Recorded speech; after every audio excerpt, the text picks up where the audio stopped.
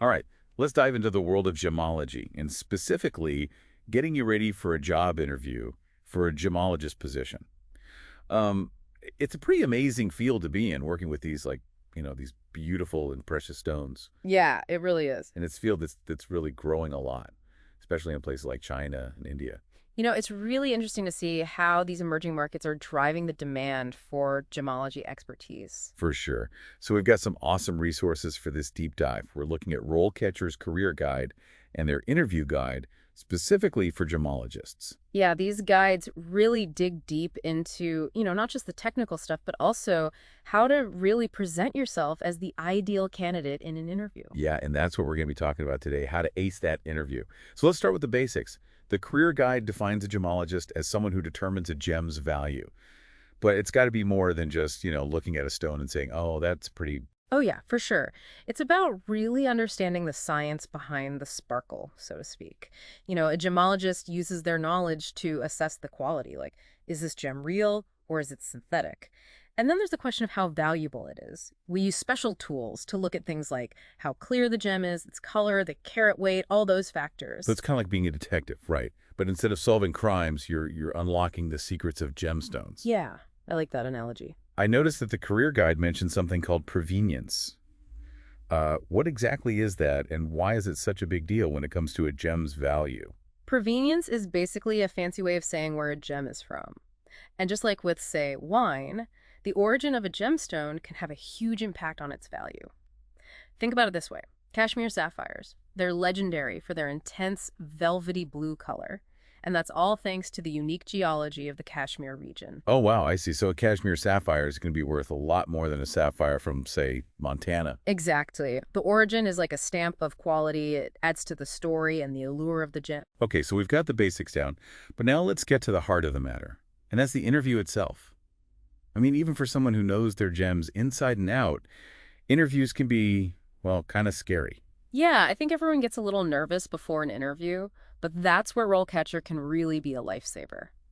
Okay, tell me more. They have so many resources, including, get this, 120,000 practice interview questions. 120,000. That's incredible.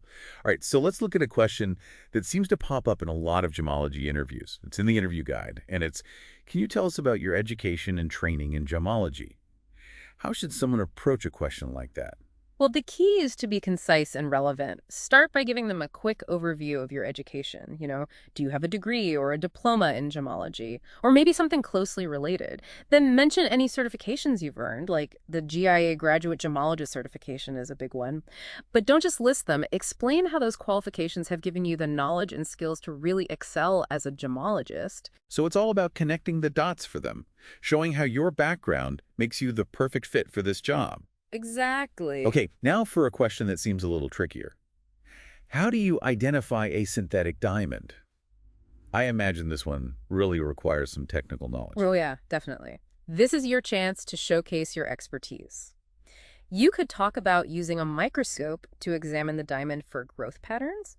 Synthetic diamonds often have distinct growth patterns that are different from natural diamonds. Interesting. Or you could mention using a tool called a refractometer, which measures how light bends through the stone. That can help differentiate natural diamonds from synthetic ones. I see. So there are a few different methods you could mention. Right, and by explaining these methods, you're demonstrating that you have the technical know-how to distinguish between the real deal and a lab-created diamond. Okay, now let's talk about a question that I think a lot of people, not just gemologists, struggle with. How would you handle a customer who is questioning the authenticity of a gemstone? That sounds like a pretty delicate situation. It can be, but it's also a great opportunity to showcase your communication and problem-solving skills. The key is to emphasize your ability to stay calm, even under pressure, and to remain professional. Right, you don't want to get defensive or argumentative. Exactly. You could explain how you would patiently listen to the customer's concerns and then provide them with clear, evidence-based explanations to address their doubts. That's a great approach. It shows that you can handle these sensitive situations with tact and expertise. It also shows that you're confident in your knowledge and that you're committed to providing excellent customer service. And it's worth mentioning that RoleCatcher can help you refine your answers even further. They have this AI-powered feedback feature that's pretty amazing. Oh yeah, that's a great tool. It analyzes your responses and suggests ways to make them even stronger and more targeted to the specific job you're applying for. So it's like having a personal interview coach in your pocket. Exactly. Now, let's talk about a question that's fundamental to gemology. Can you explain the 4 C's of diamond grading? Oh, the 4 C's. That's like the bread and butter of diamond It knowledge. is, and it's something that any aspiring gemologist should have a solid grasp of. For sure. When answering this question, make sure to explain each C in detail. You've got carat, which refers to the diamond's weight. Then there's color, which is graded on a scale from D, colorless, to Z, light yellow or brown. Clarity refers to the presence or absence of inclusions, those tiny imperfections within the diamond. And finally, you've got cut, which is all about how well the diamond's facets interact with light, affecting its brilliance and sparkle. So it's not just about knowing what the 4 C's are, but also understanding how they all work together to determine a diamond's value. Right, and you might even want to mention the different grading scales used by organizations like the GIA or the American Gem Society. That's a great point, and it shows that you're familiar with the industry standards. Yeah, and don't be afraid to use visuals when explaining the 4 C's. If you're in an in-person interview, you could bring a diamond grading chart or even some loose diamonds to illustrate your points. That's a really good idea. It can make your explanation more engaging and memorable. And if it's a virtual interview, you could share your screen and show them a digital diagram or chart. Oh, that's a great tip for virtual interviews. Technology can be your friend. Okay, so we've covered some of the key technical questions. But what about those behavioral questions that often come up in interviews? The ones that ask you to describe a time when you faced a challenge or had to make a difficult decision. Yeah, those can be a bit tricky, but they're also a great opportunity to showcase your skills and experience in a real-world context. So how should someone approach these types of questions? The STAR method is your best friend here. STAR. It stands for situation, task, action, and result. Okay, so you start by describing a specific situation where you faced a challenge or had to make a tough decision. Right. Then you outline the task you needed to complete, explain the actions you took to address the situation, and finally, highlight the positive results you achieved. I see. So it's all about telling a compelling story that demonstrates your abilities. Do you have an example of how this might play out in a gemology-related scenario? Sure. Imagine you were tasked with evaluating a rare ruby for a potential buyer. Upon examination, you discover a subtle treatment that wasn't initially disclosed. So the situation is that you have this ruby that might not be as it seems. The task is to determine the impact of this treatment on the ruby's value and authenticity. Okay, I'm following. The action you take would involve conducting thorough research, maybe consulting with senior gemologists. You might even send the ruby for additional testing to confirm your suspicions. So you're really going the extra mile to get to the bottom of it. Right, because integrity is everything in this field. And the result might be that you have to revise the valuation of the ruby, which could potentially be lower than initially thought. But by being transparent and thorough, you maintain your professional integrity and build trust with the buyer. That's a perfect example of how to use the STAR method to showcase your problem-solving skills and your ethical approach. It also shows that you're not afraid to make tough decisions, even when they might not be popular. And speaking of RoleCatcher, their AI can be really helpful in practicing and refining your STAR stories. Oh, absolutely. You can input your answer using the STAR method, and RoleCatcher will analyze it, offering suggestions on how to make it clearer, more concise, and more relevant to the specific job requirements. That's amazing. It's like having a personal storytelling coach to help you nail those behavioral questions. It really is a game changer. Okay, let's move on to another question that often comes up in interviews. Describe a time when you had to deal with a difficult client or customer. How did you handle the situation? This one's a classic, but it can be tricky, especially in a field like gemology where emotions can run high and you're dealing with these high-value items. Yeah, you're absolutely right. But again, the STAR method can be your guide here. Okay, so give me an example using the STAR method for this particular question. All right, let's say a customer comes in and they're upset because a diamond they purchased isn't as brilliant as they expected. Oh, I could see how that could happen. Yeah, sometimes expectations don't quite match reality. So the situation is that you have an unhappy customer. Your task is to de-escalate the situation, find a solution that satisfies the customer, while also maintaining the integrity of your business. So how do you do that? The action you take might involve patiently listening to their concerns, explaining the factors that can affect a diamond's brilliance. Things like the cut, the clarity, even something called fluorescence can play a role. I see. So you're educating them as well. Exactly. And then you might offer them options like recutting the diamond or potentially exchanging it for another stone. So you're finding a way to make things right. Right. The goal is to turn that unhappy customer into a happy one. And hopefully a loyal customer, too. And that would be the result. Exactly. You've de-escalated the situation, resolved the issue, and strengthened the customer relationship. That's a great way to approach that question. And remember, practice makes perfect. RoleCatcher's AI can be a huge help in rehearsing these scenarios and getting feedback on your responses. All right. We're nearing the end of our interview prep session for today, but there's one more question that I think is super important. Do you have any questions for us?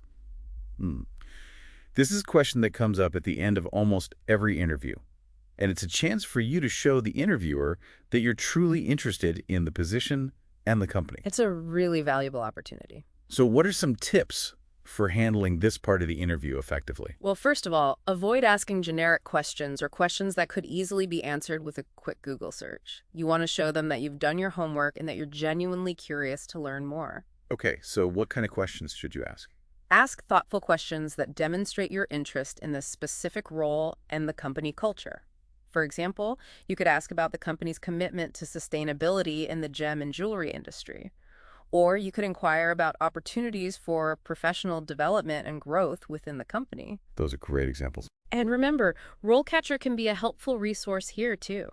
Their database has a ton of information about potential employers, including insights into company culture and employee reviews. So you can really get a sense of what it would be like to work there. Exactly. All right, before we wrap up this part of our Gemmology interview prep deep dive, do you have any final words of wisdom for our listeners? Absolutely. Remember, you are more than just your technical knowledge. Show the interviewer your passion for gemology, your communication skills, your ability to solve problems, and your commitment to ethical practices. And don't forget to use all the resources available to you, like RoleCatcher, to prepare and really shine during your interview. Fantastic advice. That's all for part 1 of our Gemmology deep dive. In part 2, we'll delve into even more interview questions and continue exploring how RoleCatcher can help you craft winning answers. Stay tuned. Looking forward to it. Welcome back to our deep dive into getting you ready for that gemologist job interview. We've talked about a lot of things, but there's always more to learn, especially when it comes to impressing those interviewers. It's true. There are so many different facets to gemology. No pun intended. Haha, I see what you did there. Okay, so let's jump into some more questions that might come up. How about this one? How do you stay updated on the latest trends and developments in the gemstone industry? That's a good one. It really gets at your commitment to the field. It does, and it's a chance to show that you're not just content with what you already know, you're eager to learn more. You could talk about subscribing to industry publications like, Gems in Gemmology or the Journal of Gemmology. Those are the classics. They are, but there are also some great online resources, like are you participating in online forums, following any reputable gem blogs? All of that shows that you're actively engaged with the gemology community. So it's not just about formal education, it's about that continuous learning, showing that you're really passionate about staying on top of things. Exactly. Okay, now for a question that's a bit more technical. Can you explain the process of grading a diamond? This one seems like it really requires a deep understanding of those 4 C's. Oh yeah, this is a fundamental concept in gemology. So when answering this question, you'll want to make sure to clearly define each of the 4 C's: carat weight, color, clarity, and cut. Right, those are the pillars of diamond grading. And then explain how each factor is assessed and how it all contributes to the diamond's overall grade and, of course, its value. It's like a formula for determining a diamond's worth. In a way, it is, but of course there's also an element of artistry and expertise involved. Now let's say you get asked this question. Explain the difference between a natural and a cultured pearl. How would you tackle that one? That's a great question, and it allows you to dive into the world of pearl formation. You could start by explaining that natural pearls are formed organically inside mollusks without any human intervention. So they're like little miracles of nature. They are. Whereas cultured pearls, those are cultivated by humans. We basically insert a bead or a nucleus into the mollusk to stimulate pearl formation. So it's like giving nature a little nudge in the right direction. Exactly, and it's a fascinating process. Now, are there any ways to tell the difference between a natural pearl and a cultured one just by looking at them? Yes, there are some visual cues. Natural pearls tend to have thicker nacre, that's the iridescent substance that makes up the pearl, And they have thicker nacre because they've had more time to develop it. So they've been hanging out in those mollusks for a while, building up those layers. Right, and cultured pearls might have thinner nacres or even show signs of the implanted bead. So it's like being able to read the history of the pearl just by examining it closely. Yeah, it's pretty cool. Okay, let's shift gears a bit and talk about another one of those behavioral questions. This one is, can you describe a time when you had to make a difficult decision related to gemology? All right, back to the STAR method. Right. That's our trusty tool for tackling these kinds of questions. It is, and it helps keep your answer structured and on point. So let's say, for example, you were tasked with authenticating a sapphire that a customer brought in for appraisal. Okay, I'm with you. Upon examination, you start to suspect that the sapphire might have been heat-treated to enhance its color. But the customer, they're adamant that the sapphire is completely natural. Oh boy, that sounds like a tricky situation. It definitely can be. So the situation is that you have this potential discrepancy between what you're observing and what the customer believes. Your task is to figure out the truth and handle it all very delicately. You don't want to jump to conclusions or accuse the customer of anything. Right. You need to approach it with sensitivity and professionalism. So what would be the best course of action in this scenario? Well, the action you would take would involve explaining your concerns to the customer in a clear and empathetic way. You'd want to outline the industry standard tests that can be performed to verify the sapphire's authenticity and reassure the customer that you're committed to providing a fair and accurate appraisal regardless of the outcome. That's really important, but to maintain that trust and transparency. Absolutely. And the result of all this might be that the sapphire is confirmed to have been heat treated, which then leads to a conversation about how treatments affect a gemstone's value. Or it could turn out that the sapphire is indeed natural, in which case you've reinforced the customer's trust in you and your expertise. That's a great example of how to use the STAR method to showcase your problem-solving skills and your commitment to ethical practices. It also shows that you can handle those difficult conversations with diplomacy and grace. And don't forget, RoleCatcher's AI can be incredibly helpful in practicing these scenarios and getting feedback on your responses. Definitely. It's a great way to fine-tune your storytelling and make sure you're hitting all the right notes. Okay, let's move on to another question that often comes up in gemology interviews. And this one is all about demonstrating your commitment to confidentiality and professionalism. It's how do you handle confidential or sensitive information related to your work as a gemologist? This is a really important question because trustworthiness is absolutely paramount in this field. You're often dealing with high-value items and personal information. So it's essential to convey that sense of trustworthiness to a potential employer. Exactly. You could start by highlighting your understanding of confidentiality agreements and industry best practices. You could mention your meticulous record-keeping habits and your commitment to data security. Emphasize that you understand the importance of discretion and that you would never disclose sensitive client information. So it's about showing them that you're not just knowledgeable, but also ethical and responsible. Absolutely. Now let's talk about a question that gives you a chance to really shine a light on your passion for gemology.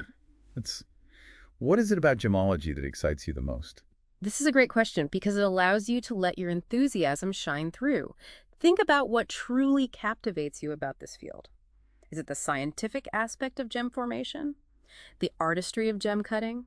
The historical significance of certain gems? Whatever it is, let that passion come through in your answer. It's about showing them that you're not just looking for a job, you're genuinely fascinated by the world of gemstones. Exactly. And remember, your passion will be contagious. If you're truly excited about gemology, it will show in your answers and make a lasting impression on the interviewer. Okay, let's wrap up this part of our deep dive with a question that often trips people up. What are your salary expectations?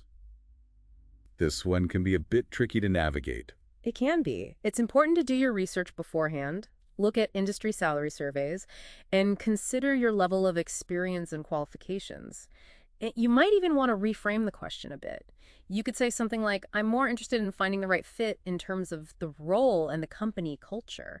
However, I'm confident that my skills and experience align with the industry standards for this position. That's a great way to acknowledge the question without boxing yourself in too early in the process. Right. It shows that you're focused on the bigger picture. And remember, RoleCatcher can also help you get a sense of salary ranges for different gemology roles. Yeah, absolutely. Their database is a gold mine of information, including salary data, which can help you go into the interview feeling more prepared and confident. Fantastic.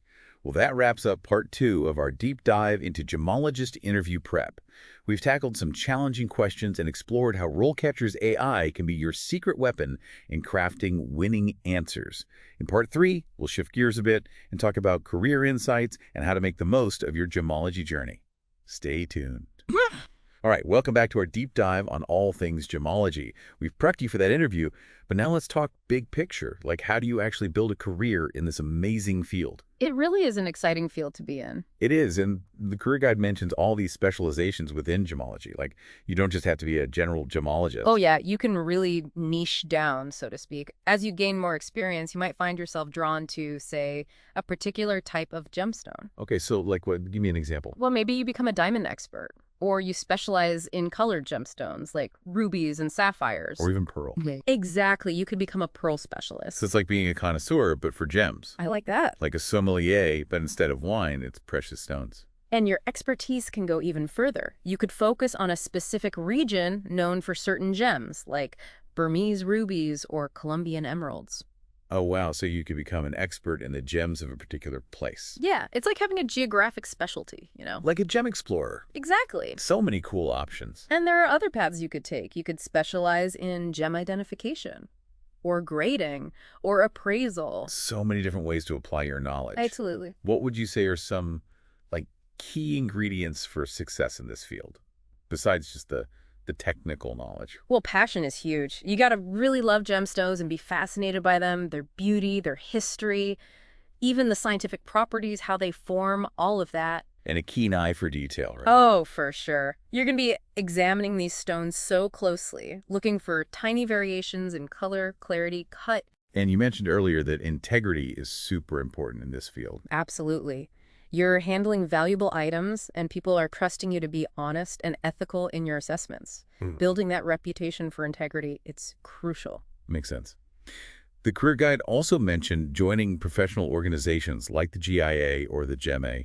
Why is that important? Joining a professional organization, it's a fantastic way to connect with other gemologists, to stay up to date on the latest trends and research. And they often offer continuing education courses, workshops, conferences. Right, which can really help you expand your knowledge. So it's like a community of experts you can learn from. It is, and it's not just about learning, it's also about networking. You might meet your future mentor or employer at a GIA conference. Networking is so important in any field, but especially in something like gemology. Absolutely. Any other advice for someone who's just starting out in their gemology career? Be a sponge. Soak up as much knowledge as you can from more experienced gemologists. Don't be afraid to ask questions. Volunteer for challenging tasks. Seek feedback. The more hands-on experience you gain, the faster you'll develop your skills. That's great advice. And of course, don't forget to use RoleCatcher. It can be such a valuable tool for researching potential employers, identifying job opportunities, even practicing for that interview.